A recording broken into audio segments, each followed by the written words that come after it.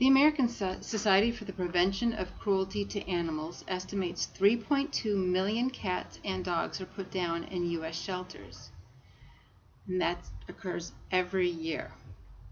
Often, those animals are the offspring of cherished family pets, even purebreds, whose descendants multiply indiscriminately. The reality is, not many people are aware of the high euthanasia rate. I was unaware of the high euthanasia rate when I visited our local animal control to search for my lost cat in 2004. When I arrived, I learned I needed to visit them every 4 days to find my cat because all of the cats in the stray room were euthanized within that time period if they weren't rescued. In 2004, 90% of all cats were euthanized in the East Baton Rouge shelter. To put a visual on my experience, on the day I visited, it was raining, and one cat that was drenched was in its cage reaching for me like a prisoner of war. And I knew in 4 days she would be dead. It was so depressing, and there were so many of them. I couldn't get them all out. While I was there, I was trying to figure out how to get them out, and I just couldn't fathom where I put 18 cats. And not only that, those 18 cats were just a drop in the bucket, because in the next 4 days there would be another group of cats in that very same room in the same predicament.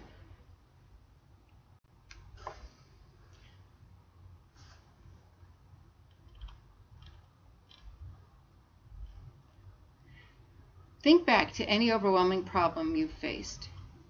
The short-term solution is usually to go for the quick solution, the fast solution. Take this man's predicament. The short-term solution is to remove the water as fast as possible. The reality of his situation, though, is no matter whether he uses a spoon or the largest bucket he could hold, the water will continue to fill up in his boat. The realization of the short-term treadmill approach in dealing with this never-ending task should lead him to the realization that he needs to roll up his sleeves and come up with a long-term solution.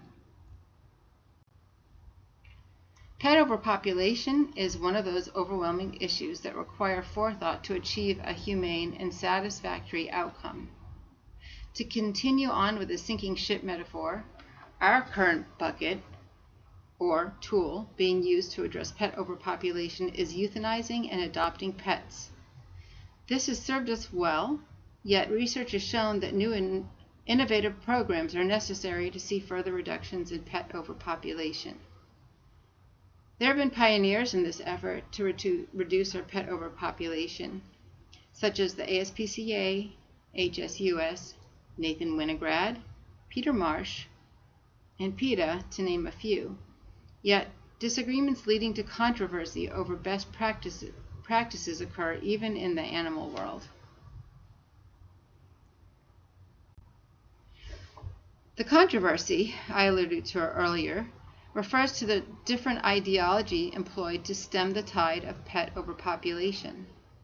Nathan Winograd gained traction with this concept of adopting our way out of the pet overpopulation issue, and publicly denounced PETA for supporting euthanasia as part of the solution.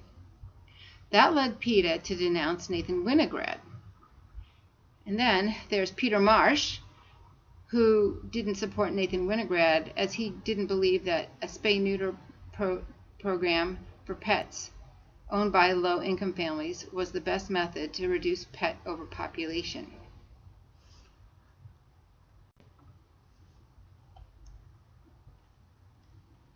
Putting differences aside and focusing on what is best for the pets in our community, I believe following research by Frank and Carlisle Frank supported the two-pronged approach.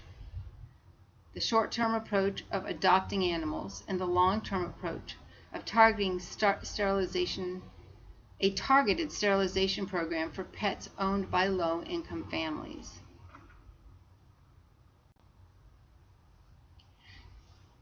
In our community, Companion Animal Alliance built a beautiful shelter with private funds totaling $13 million. Our short-term effort of adopting outer surplus pets has now become a more enjoyable endeavor due to this shelter here at East Baton Rouge Parish. Going back to Peter Marsh, he is a lawyer that lives in New Hampshire, and he worked with local council to increase state dog license fees by $2. The funds created from this increase in the license fees were used to spay-neuter pets at risk of breeding, specifically pets that are owned by low-income families, as well as feral and stray cats. New Hampshire's animal shelter intake decreased by 33.6% in 6 years once they targeted spay and neuter programs for low-income pet owners. New Hampshire learned that providing an affordable spay and neuter surgery for all pet owners did decrease the impound and euthanasia rate, yet hit a plateau quickly without any signs of decreasing their rates further. It was not until New Hampshire specifically provided this subsidized sterilization surgery for pets owned by low-income families would they see their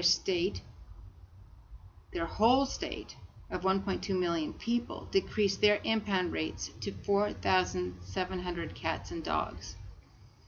After New Hampshire's success, other communities targeted spay-neuter programs for those in need by providing subsidized spay or neuter surgeries to all pets owned by low-income residents.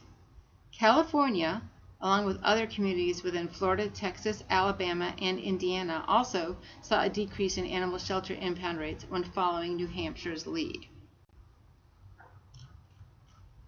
In late 2004, months after visiting animal control looking for my lost cat, which incidentally I did find roaming the streets a couple of neighborhoods away, I still couldn't get that one little kitten reaching out for help out of my mind. I obtained impound addresses from East Baton Rouge Animal Control, and those addresses were converted to geographic locations using geographic information systems, address matching software. What I learned was the highest animal impound rates at our local shelter within our community were coming from low-income areas, in particular 70802, 805, 806, and 807. East Baton Rouge had the first prong well in place with approximately 7 different adoption groups in town, and even 2 of those shelters provided a couple hundred spay-neuter surgeries for pets in need. New Hampshire determined that at least 4 effective spay-neuter surgeries per 1,000 residents were needed per year to start seeing a decrease in impound rates within 4 or 5 years. Therefore, East Baton Rouge Parish needed 2,000 surgeries per year. Therefore, keeping the hole in the boat scenario in mind and fixing the problem at the source, Spay Baton Rouge filed for their not-for-profit status to be the second prong to the pet overpopulation problem in our community.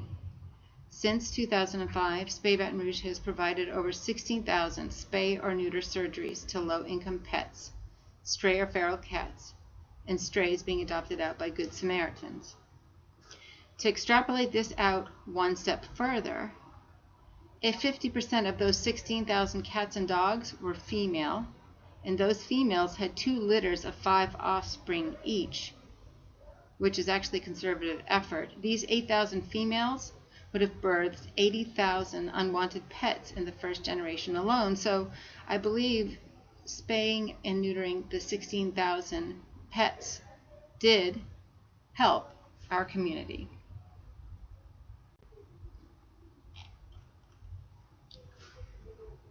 It costs on average approximately $100 per pet to either euthanize or prepare a pet for adoption at the local shelter. Before 2008, the impound rate continued to go up on average 1.09% each year. In 2007, when 11,128 cats and dogs were impounded, Baton Rouge spent $1,112,800 on these pets. Based on the stats provided to me from our local animal control, our impound rate went down in 2008 for the first time since 2003. With the 2008 impound rate at 10,438, which was 690 less pets to care for than the year before, if you extrapolate out, that would be $69,000 that shelter did not have to spend in 2008. In East Baton Rouge Parish, with a population of 450,000 people, our current impound rate is 7,316 cats and dogs in 2018. Although that is a 34% decrease in our impound rate since 2007, when our impound rate was 11,128, we still have a long way to go to stop healthy, adoptable cats and dogs from entering our shelter.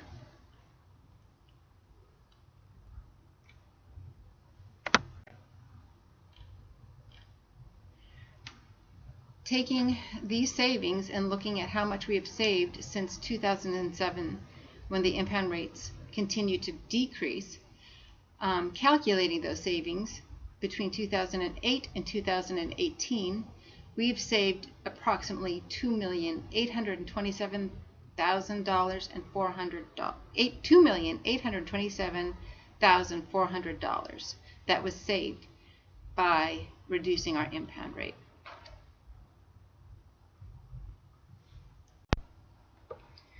I would like to commend our community shelter along with the other not-for-profit organizations for adopting out our surplus pets.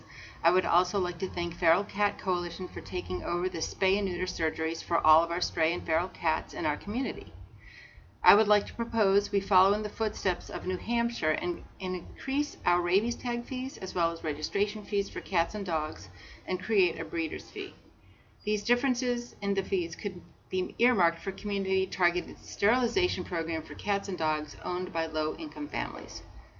I would like to reach out to the Baton Rouge Council members, as I think Spay Baton Rouge has reached the limit as far as how much we can help. I know that together we can make a huge difference, especially if we follow in the footsteps of previous successful spay-neuter efforts. Thank you for your time.